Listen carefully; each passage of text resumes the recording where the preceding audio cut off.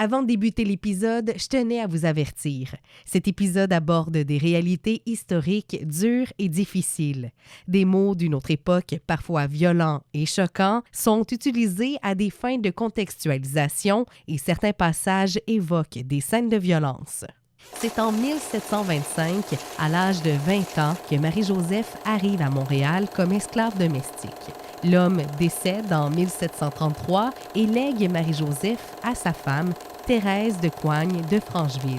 Puis comme c'était affaire courante, Thérèse change le nom de Marie-Joseph pour la nommer en l'honneur de sa fille décédée, Angélique. Parce que devant chaque grande femme, il y a toujours un homme qui lui fait de l'ombre. Il faut farfouiller, dépoussiérer, chercher pour qu'on puisse se le raconter, notre matrimoine. Parce que même si l'histoire a voulu les oublier, elles ont bel et bien existé. Ces femmes ont une histoire et un nom. Je m'appelle Valérie Deschamps, je suis professionnelle en matrimoine et conteuse. Je vous souhaite la bienvenue dans le balado Team Madame.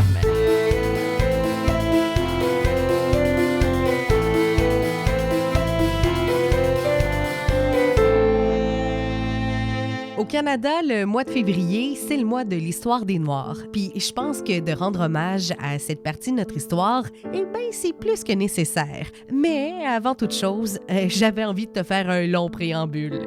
Je sais pas si tu le savais, mais j'ai une formation en histoire. Dans une ancienne vie, je faisais un retour aux études, je réussissais mon bac en histoire à l'Université du Québec à Trois-Rivières et quelques mois plus tard, j'abandonnais ma maîtrise. Ouais, il y a des choix déchirants à faire dans la vie, puis ça, c'était le mien. Encore désolée à mes directions. Je te parle de ça parce que ma directrice de maîtrise, c'était Maryse Bachand. Si tu écoutes des émissions de radio portant sur l'histoire, tu l'as peut-être déjà entendu, entre autres, à Aujourd'hui l'histoire à Radio-Canada. Comme ben du monde, je savais pas que l'esclavage avait été pratiqué ici depuis les débuts de la Nouvelle-France. Parce que on en parle à peine dans les livres d'histoire et c'est pas mal la même chose aujourd'hui. Je te jure, j'ai regardé dans les livres de mes ados à la maison, puis c'est pas un des sujets centraux, mettons. Fais l'exercice, tu vas voir, puis tu m'en reparleras. Mais de comprendre et de savoir que l'esclavage, que ce soit des personnes autochtones ou des personnes noires, il y en a eu ici. Et ce, de l'époque de la Nouvelle-France jusqu'à sa disparition progressive à la fin du 18e siècle et jusqu'à son abolition par la loi dans toutes les colonies de l'Empire britannique en 1834. La majorité des gens n'ont pas le parcours que j'ai eu la chance d'avoir puis d'être éclairée sur ce sujet-là. Puis c'est pas un sujet super courant non plus dans la sphère publique ni médiatique, ce qui fait qu'on entend encore des... Ici, il n'y en a pas eu d'esclavage. Ouais, mais c'est la faute des Anglais. C'était bien moins pire qu'aux États. Oui, mais c'était surtout des Autochtones. Comme si c'était moins pire. Fait que ouais. Je me suis dit que Team Madame, c'est un balado de vulgarisation puis de mise en valeur de récits oubliés, donc que je devais tenter d'apporter mon humble petite contribution à la connaissance de l'histoire avec un épisode mettant en lumière des histoires des femmes noires qui ont été réduites en esclavage ici, de la Nouvelle-France à son abolition. Puis ces histoires-là sont aussi des histoires de résistance, d'indocilité et de révolte. Puis moi, ça me parle toujours un peu. Place à notre matrimoine avec les résistantes noires, Marie-Joseph Angélique, Chloé Coulé et Charlotte Trim. Pour le bien du projet, le sujet va se diviser en 2 épisodes. T'en fais pas, je te mets pas 2 heures d'épisode en un seul puis que tu sois toute perdue. Non, je te ferai pas subir ça. On va commencer par l'épisode sur la Nouvelle-France. Et dans la partie 2, on va voyager dans le régime britannique jusqu'à l'abolition de l'esclavage, je te rappelle, en 1834. Là, je tiens juste à mentionner que je suis pas infaillible, que je suis allée au mieux de mes connaissances et de mes lectures et qu'au moment où tu écoutes le balado, l'état de la recherche peut avoir évolué. Mais je me suis aussi basée sur le regard aguerri de Bénédicte Guillaguin-Launière. En premier lieu, il faut comprendre que ça date pas d'hier de nier l'existence de l'esclavage en Nouvelle-France. Au 19e siècle, il y a des historiens qui affirmaient même que le gouvernement français, comme s'il était plus vertueux que tous les autres, avait tenu à l'écart le Canada et mis à l'abri la colonie du fléau de l'esclavage, comme on disait. Ben, j'ai une petite nouvelle pour toi, mon chum, pas en toute. La Nouvelle-France fait pas exception. Comme j'ai déjà lu dans un livre... T'es pas spécial, tu passeras pas. À tout le monde en parle. Ouais, c'est ça, c'est à peu près ça. Certains affirmaient même là, que c'était pas régi par les lois, que genre c'était peut-être pratiqué mais pas légiféré, ce qui est pas faux. On n'en parle pas vraiment dans les lois, mais... Mais non. Dans les archives, on a retrouvé des demandes claires, nettes et précises au roi de France de la part du gouverneur et de l'intendant. On voulait importer des personnes noires mises en esclavage dans la colonie française. En 1680-ish, on avait apparemment besoin de main-d'œuvre et c'est dans ce contexte-là que des requêtes ont été faites pour faire parvenir ces dernières par bateau.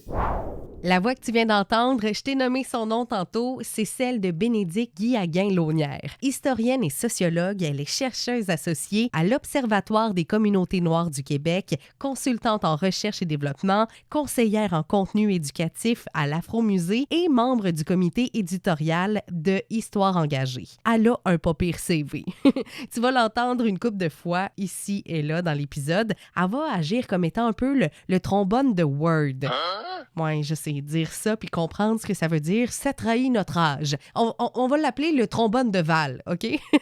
Ce qui fait que finalement, le roi donne son petit guidou. On attend alors plusieurs personnes réduites en esclavage qui devaient arriver par bateau l'année suivante, mais le convoi va jamais arriver. On sait pas trop pourquoi, mais on croit que le tout a été redirigé vers les colonies, disons, le plus rentable, entre guillemets, pour les marchands. Cela dit, ces lieux qu'on retrouve en Nouvelle-France proviennent surtout des échanges commerciaux avec des esclavagistes venant des 13 colonies. Hey, moi vous le dire, là, dire ça comme ça m'écœure. 1709, la Nouvelle-France publie une ordonnance qui officialise la légitimité de la possession de personnes esclavagisées, noires et autochtones. Cette ordonnance-là, bien que sans force de loi formelle, confirme et encadre la pratique existante. Ça définit les personnes mises en esclavage comme étant des biens au même titre que des meubles, donc ayant aucun droit. Je réitère ici mon feeling de mal de cœur précédent. Quand on parle de main-d'œuvre, c'est qu'on dit avoir besoin d'aide pour le travail de la terre, dans les champs, défricher puis tout, là. Puis surtout pour faire les grosses jobs sales. Mais ce qui est drôle, ben pas drôle, mais ironique, mettons, c'est que selon un des historiens pionniers de la question de l'esclavage au Canada, si jamais tu viens juste d'arriver dans le balado, sache que je nomme aucun nom d'homme, genre jamais. Du moins, j'essaie fort. Mais tu peux trouver la source dans le descriptif de l'épisode. 60% des personnes mises en servitude se retrouvent plutôt dans des milieux urbains et font donc des tâches domestiques. Faut comprendre que la structure économique et l'activité économique première de la colonie montrent que l'utilisation de l'esclavage noir est assez faible en nombre. Premièrement, l'économie de la colonie repose sur la traite de la fourrure, activité qui est entre les mains d'un petit groupe de personnes qui n'ont pas vraiment besoin d'une grande main-d'œuvre. Deuxièmement, comme l'a démontré Louise Deschênes, en ce qui concerne l'agriculture, la Nouvelle-France est plutôt axée sur des exploitations familiales autosuffisantes, ce qui fait qu'on n'a pas réellement besoin de plus de bras que ça. Et troisièmement, le prix qu'il fallait débourser pour avoir un esclave noir est plus du double que le prix d'une personne autochtone. C'est pas tout le monde qui pouvait, et ici j'ouvre les guillemets, s'offrir ce luxe. Un autre mythe à déconstruire, c'est de penser que la Nouvelle-France, c'était une terre de liberté. Genre que se sauver puis venir ici, c'était the thing. Les faits nous prouvent pas mal le contraire. En 1686, il y a eu un traité de neutralité qui a été signé entre la France et la Grande-Bretagne. L'article 10 du traité disait Les habitants d'une nation ne pourront donner refuge aux esclaves qui appartiennent à une autre nation. À l'époque de la signature du traité, le nombre de personnes noires esclavagisées est pas super élevé. Genre, depuis le premier esclave noir recensé en 1629, il n'y a pas vraiment eu d'autres qui seraient arrivés. En fait, c'est ce que disent les sources, là, mais c'est assez difficile de vraiment bien recenser le tout. Les autorités françaises n'ont pas tenu de bons registres à ce niveau-là. Mais ce traité-là, c'est surtout une façon de garder en captivité les personnes noires esclavagisées si jamais ils réussissent à s'enfuir vers le nord. C'est en 1686, il y a bien des choses là, qui se passent cette année-là, qu'on voit un deuxième esclave noir arriver sur le territoire français. À partir de cette année-là, ça s'accélère un petit peu. Pas en fou, là, mais quand même. Quelques années plus tard, en 1732, une autre mention dans les archives montre que, la Nouvelle-France n'était pas synonyme de terre de la liberté pour les personnes noires. Cette année-là, il y a un homme d'environ 24 ans qui s'enfuit de la Nouvelle-Angleterre. Il se réfugie à Québec. Les Anglais viennent le réclamer, mais le gouverneur de l'époque refuse de le livrer. Il dit que l'homme jouit du droit d'asile sur les terres françaises. Là, je sais que tu te dis « Hein, cool, au moins il y a ça. » Moi non, attends. C'est que le droit d'asile protège juste de l'extradition. Ça te rend pas libre pour autant, là, parce que le même gouverneur va donner, entre guillemets, l'homme aux religieuses de l'Hôpital général de Québec. Puis c'est pas tout, là. Tu sais, le gouverneur qui a donné son nom à une ville au Saguenay, ben lui, il disait... Tout nègre est esclave, quelque part qu'il se trouve. Ouais, c'est ça. Bon, depuis le début, là, je vous parle d'esclavage et des personnes noires réduites à la servitude, mais à travers l'histoire de la Nouvelle-France et du Canada, beaucoup d'Autochtones ont aussi connu ce sort-là. Dans les registres, on les appelle les Panis, un genre de dérivé de la communauté Pawnee située dans les environs du Nebraska et du Kansas aujourd'hui. Puis le terme Panis, c'était aussi pour désigner toute personne autochtone mise en esclavage, peu importe ses origines. Mais ça, on va s'en parler un autre tantôt dans un autre épisode du balado.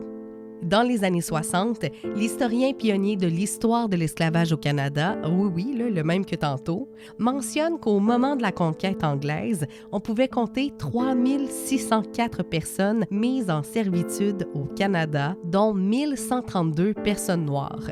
Donc, il y avait de l'esclavage en Nouvelle-France, puis c'était même assez important pour qu'on ajoute la mention dans le traité de capitulation du 8 septembre 1760. Les et les Panis des deux sexes resteront en leur qualité d'esclaves en la possession des Français et Canadiens à qui ils appartiennent.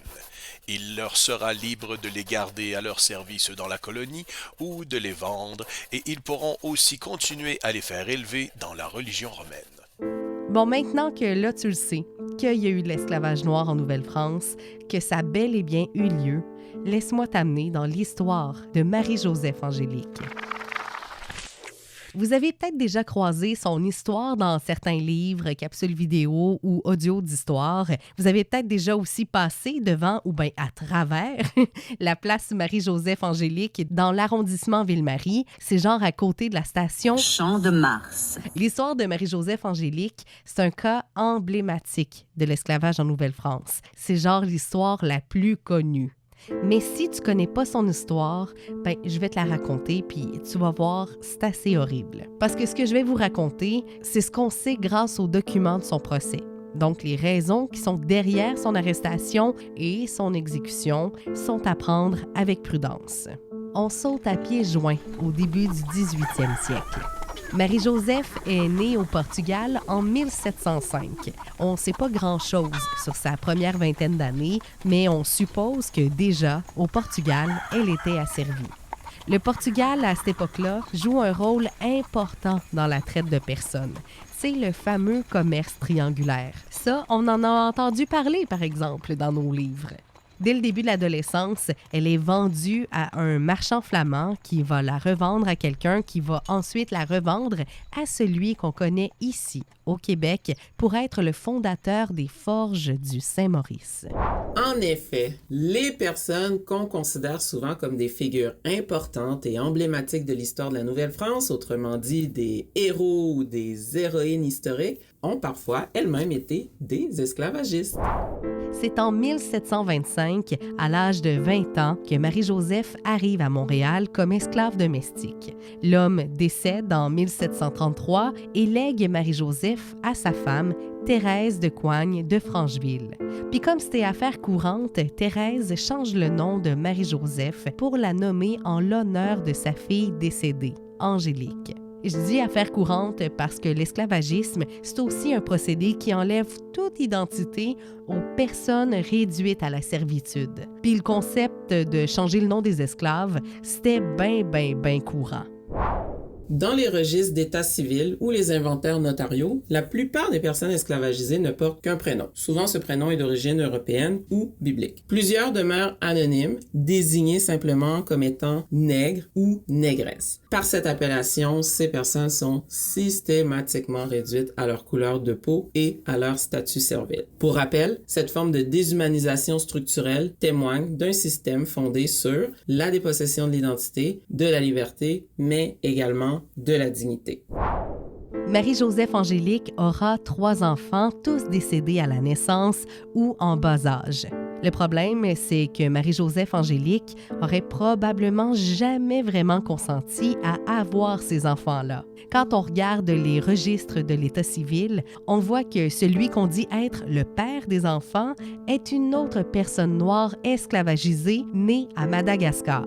Jusque-là, tu te dis « OK, mais ça veut rien dire. » Attends. L'affaire, c'est que cet homme serait l'esclave d'amis de la famille Francheville. Puis un des tops de la déshumanisation des personnes réduites en esclavage, c'est aussi ça, la reproduction forcée. Ça t'assure de futurs esclaves à toi et ta famille, puis ça peut aussi t'apporter un revenu si tu les vends. Bref, il y a une couple de chercheurs qui supposent qu'on aurait forcé les deux à avoir des relations sexuelles dans l'objectif de produire des enfants. Est-ce que ça m'écoeure? Malgré tout, malgré sa situation, malgré l'enfer qu'on lui fait vivre, l'amour naît entre elle et un engagé blanc, un ancien prisonnier français envoyé en Nouvelle-France qui travaille aussi pour les Francheville. Les deux veulent vivre leur amour, partir ensemble, vivre leur idylle, quoi.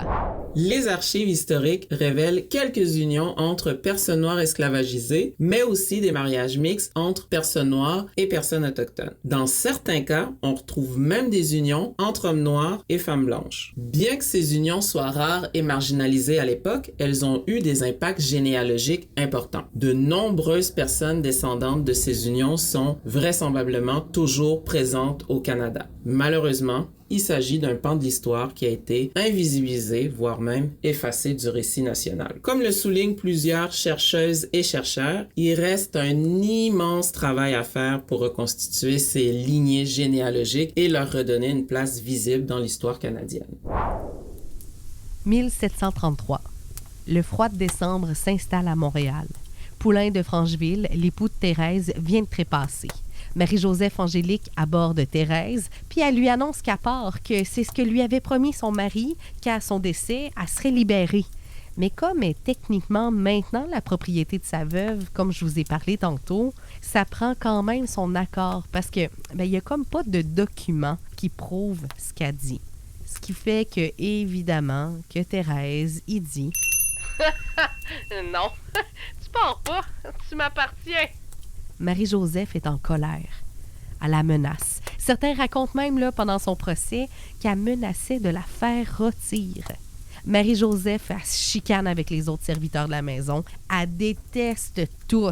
Le Canada, le froid, Montréal, le monde avec qui elle habite, puis par-dessus tout, celle qui la maintient en servitude. Écoute, elle est en beau joie le vert. Elle menace de s'enfuir. Elle veut retourner chez elle au Portugal. Quelques mois plus tard, en février 1734, elle est hébergée par le beau-frère de Thérèse. Marie-Joseph Angélique avait été placée là, genre en attendant et en espérant que les choses se calment dans la maison de Poulain de Francheville. Un soir, elle dort, dans une grande salle près d'un poêle à bois. Mais le poêle a été beaucoup trop foulé pendant la nuit, ce qui fait que il produit des étincelles. Le feu a pogné en bas, où son amant et d'autres hommes étaient couchés. Le lendemain, les amoureux manquent à l'appel.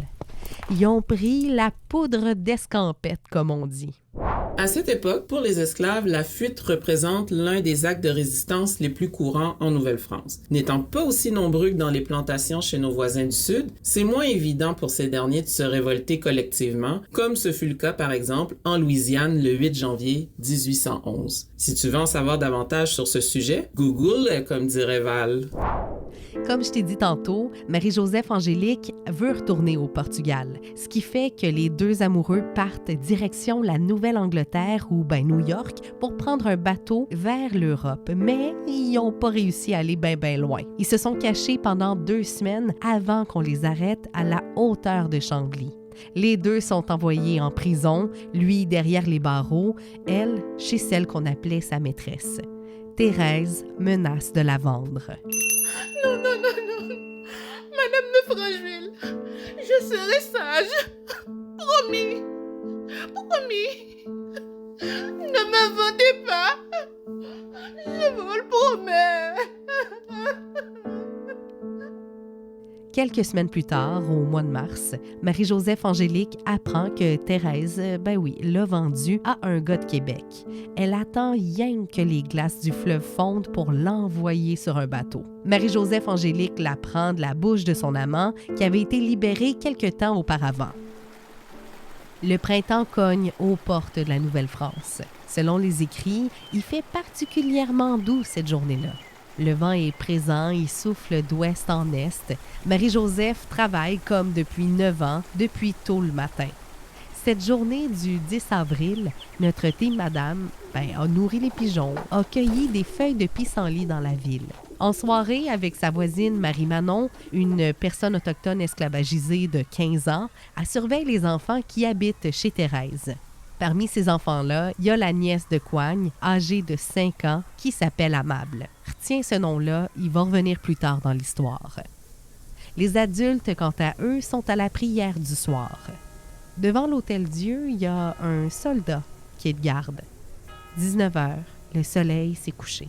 Le soldat en question aperçoit de la fumée qui monte dans le ciel de la soirée à peine tombée. Il crie « Au feu! Au feu! Au feu! Au feu! » À ce moment-là, Ville-Marie est rassemblée pour les vêpres. Tout le monde quitte l'église au pas de course. Tant pis pour l'Eucharistie. Suivant la fumée, le monde arrive puis se rend compte qu'il y a des flammes qui sortent par le toit de la maison de la veuve de Francheville. En 3 heures, 45 maisons sont brûlées. Même l'Hôtel-Dieu qu'on venait de finir de reconstruire après l'incendie de 1721 y passe. Des riches, des pauvres, des moins riches, des moins pauvres. Au total, c'est une centaine de Montréalais et Montréalaises qui se retrouvent à la rue ce soir-là. Le lendemain, la rumeur court. C'est pas trop long là, qu'on dit que ce serait l'esclave à la Francheville la coupable. On va se le dire, c'est pas mal la coupable parfaite, hein? Pas docile, esclave, noire. Selon les dires, elle aurait même déjà menacé. Marie-Joseph est dans le jardin de l'Hôtel-Dieu. C'est là qu'elle avait trouvé refuge après le sinistre, puis on vient l'arrêter, comme la loi le permet, sur la rumeur qui courait. Parce que oui, à l'époque de la Nouvelle-France, on pouvait arrêter sur des rumeurs. On parle alors de preuves par commune renommée ou par clameur publique. Elle est donc arrêtée pour incendiat, ce qui veut dire mise volontairement du feu à la propriété d'autrui. Son amant, quant à lui, est activement recherché. Le 11 avril 1734 s'amorce un simulacre de procès qui va durer 6 semaines. Elle est, pendant ce temps-là, emprisonnée dans la prison royale sur la rue Notre-Dame, construite en 1707-1708, non loin de la place d'Armes. Le 12 avril, le procès débute. Marie-Joseph Angélique se représente seule et est présumée coupable jusqu'à preuve du contraire. Aujourd'hui, on a tous et toutes déjà entendu parler de la présomption d'innocence quand on parle d'accusés devant les tribunaux. Mais au 18e siècle, c'est une autre game. Là, on m'a essayé d'être clair, là, mais en tout cas, je m'essaie. En Nouvelle-France, c'est la coutume de Paris qui mène. Puis ça, c'est une méthode qu'on dit inquisitoire, ce qui fait que c'est un représentant de l'autorité coloniale qui agit comme juge, que c'est lui qui dirige l'enquête, cherche la vérité et a des pouvoirs pour recueillir des preuves comme des témoignages, des documents ou bien des expertises. Aussi, à cette époque-là, non seulement les avocats sont interdits, mais comme je te le disais, tu es coupable jusqu'à preuve du contraire, ce qui fait que tu dois toi-même prouver que tu es innocent ou innocente. Fait qu'imagine, là, tu es une esclave, noire, t'es déjà pas la plus appréciée du coin, mettons. Mais là, on vient t'accuser de quelque chose qui a aucun bon sens. T'es déjà pas mal coupable aux yeux du monde, puis de la loi aussi, puis en plus de ça, tu dois te défendre toute seule. C'est ta parole contre, dans son cas, là, 23 témoins non oculaires. Comment tu veux t'en sortir pour de vrai? Pendant ces 4 interrogatoires, Marie-Joseph dit et redit, nomme et renomme son innocence. Je n'ai jamais fait ce dont vous m'accusez. Il faudrait que je sois possédée du diable pour avoir fait ça. Quoique je sois méchante, je ne suis pas assez malheureuse pour faire une action comme cela. 24 témoins passent. 23 en défaveur de Marie-Joseph. Un des témoignages les plus importants, c'est celui de Marie-Manon, sa voisine, la jeune personne esclavagisée autochtone de 15 ans. Elle affirme que Marie-Joseph regardait du côté de la couverture de la maison des Francheville avec un drôle de regard, puis qu'elle est allée se cacher contre le mur de la cour de l'hôpital de l'autre côté de la rue, comme si elle attendait quelque chose, comme si elle était coupable de quelque chose. Les autres témoignages vont justement tous reprendre la rumeur de Marie-Manon. Elle la connaît, Emma Weiss. Tout ce que je sais, c'est par la rumeur. Ma panisse m'a dit que la avait dit que sa maîtresse ne coucherait pas dans sa maison. J'ai pas vu la mettre le feu, là, mais dès que j'ai vu le feu, là, j'ai su que c'était elle. J'ai seulement entendu la rumeur de Marie-Manon qui a dit à la veuve Francheville que sa lui avait dit que sa maîtresse ne coucherait pas dans sa maison. Marie-Manon, là, m'a dit que c'est la qui a mis le feu parce qu'elle lui a dit que sa maîtresse coucherait pas dans sa maison à soir. Marie-Joseph les confronte. Elle répond à sa voisine avec qui elle était ce soir-là, Marie-Manon. Tu n'es qu'une malheureuse, une menteuse et une indigne. Je n'ai jamais dit que ma maîtresse ne coucherait pas dans sa maison. Je ne suis pas allée de l'autre côté de la rue regarder vers le toit de la maison. Tu es indigne et misérable de dire de telles faussetés. Vers 5 heures, je jouais avec toi à sauter, à savoir laquelle traversait le mieux la rue. Le temps passe et 6 semaines après le début du procès, une témoin surprise arrive. Le 26 mai, en fin de journée, le beau-frère de la veuve Francheville va voir le juge accompagné de sa fille de 5 ans, Amable. La petite affirme que... Le jour de l'incendie, pendant qu'on jouait, j'ai vu la prendre du feu sur une pelle puis monter au grenier. Mais elle ment! Il faut que quelqu'un lui ait dit de dire cela. Ma petite Amable, viens ici auprès de moi. Et dis-moi, qui t'a dit de dire cela? Je te donnerai un morceau de sucre. Les deux se connaissent depuis longtemps, comme Angélique a habité chez son père à elle et la petite Amable chez Thérèse à quelques reprises. Elle était là ce soir-là. Je suis pas une menteuse. Je t'ai vu monter en haut pendant que les petites filles jouaient. Les interrogatoires se poursuivent jusqu'au 4 juin. Cette journée-là, Marie-Joseph Angélique est reconnue coupable, est condamnée à être torturée pour la forcer à avouer et dénoncer ses complices et elle sera exécutée. La condamnation se résume à le bourreau, qui est aussi une personne noire esclavagisée, soit dit en passant, la conduira dans une charrette à déchets avec un écriteau qu'elle portera sur elle mentionnant « incendiaire ». Une fois devant la basilique Notre-Dame, on va la déshabiller. C'est complètement nue qu'elle fera amende honorable, qu'elle va avouer ses crimes, celui d'avoir mis le feu, et qu'elle demandera pardon à Dieu et à la justice. Après, comme si c'était pas assez, on va lui couper le poing.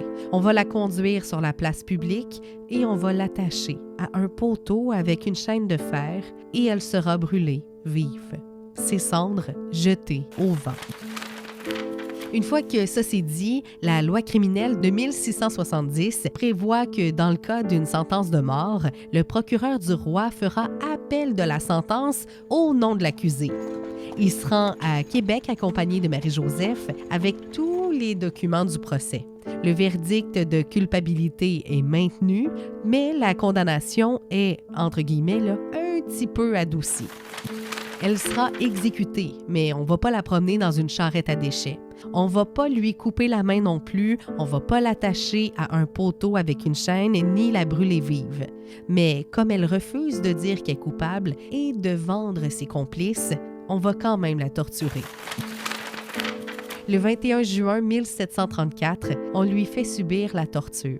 Le procédé choisi, le brodequin. Ce qui suit parle de traitement inhumain, de violence inouïe. Je voulais t'en avertir. Cet instrument de torture atroce, ces 4 planches de bois dur, sont placées verticalement de chaque côté des jambes, allant de la cheville à un peu au-dessus du genou. Il y a des cordes qui maintiennent les jambes assemblées. Les cordes sont placées juste en dessous du genou et aux chevilles. Le procédé, c'est que la personne torturée va subir 4 questions ordinaires et 4 questions extraordinaires. 8 questions en tout. À chaque question, on va donner un coup de maillet sur une pointe de bois insérée près du genou puis près des chevilles, ce qui va resserrer les planches sur les jambes puis qui va provoquer une douleur incommensurable pour la personne qui subit tout ça. Les os peuvent aller jusqu'à se casser, voire même se broyer sous la pression des planches. Sous la torture, sous la douleur, en pleurs, Marie-Joseph Angélique avoue. C'est moi, avec un réchaud. Personne ne me l'a conseillé.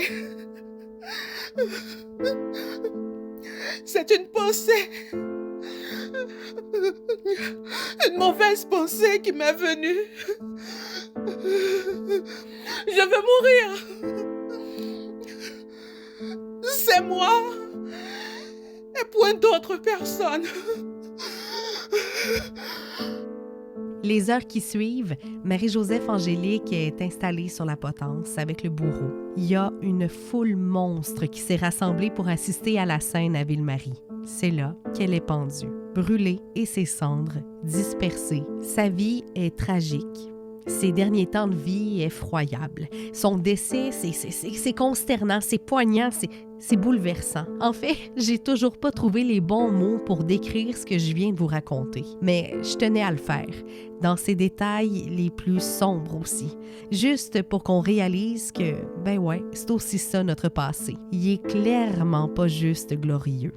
L'histoire de Marie-Joseph Angélique, cette femme d'origine africaine asservie par la force, démontre que oui, l'esclavage a existé en Nouvelle-France, puis qu'il y avait absolument rien de doux là-dedans. Puis si à ce moment-ci, tu te demandes, ben Val, est-ce qu'elle a mis le feu ou pas finalement? Non, c'est une méchante bonne question. Selon l'analyse de Denise Beaugrand-Champagne, ce serait surprenant qu'elle l'ait fait. Elle aurait plutôt servi de bouc émissaire. Puis, tu sais, l'histoire là, du procès de Marie-Joseph Angélique, c'est quelque chose d'exceptionnel. Je veux dire, c'est d'une sévérité hors norme. C'est pas représentatif du traitement général des personnes esclavagisées au Canada. But, ce que cette histoire-là nous raconte aussi, c'est que, qu'elle ait mis le feu ou non, la résistance des personnes asservies a bel et bien existé. Ils n'étaient pas passifs ou passives, là. Non, au contraire. Les actions étaient peut-être pas flamboyantes, mais la résistance discrète, elle existait. Et dans le cas de Marie-Joseph Angélique, c'est toute qu'une résistante. Je vous donne rendez-vous dans le prochain épisode où il sera question cette fois-ci de l'esclavage après la conquête jusqu'à son abolition avec les histoires de Chloé Cooley et Charlotte Trim.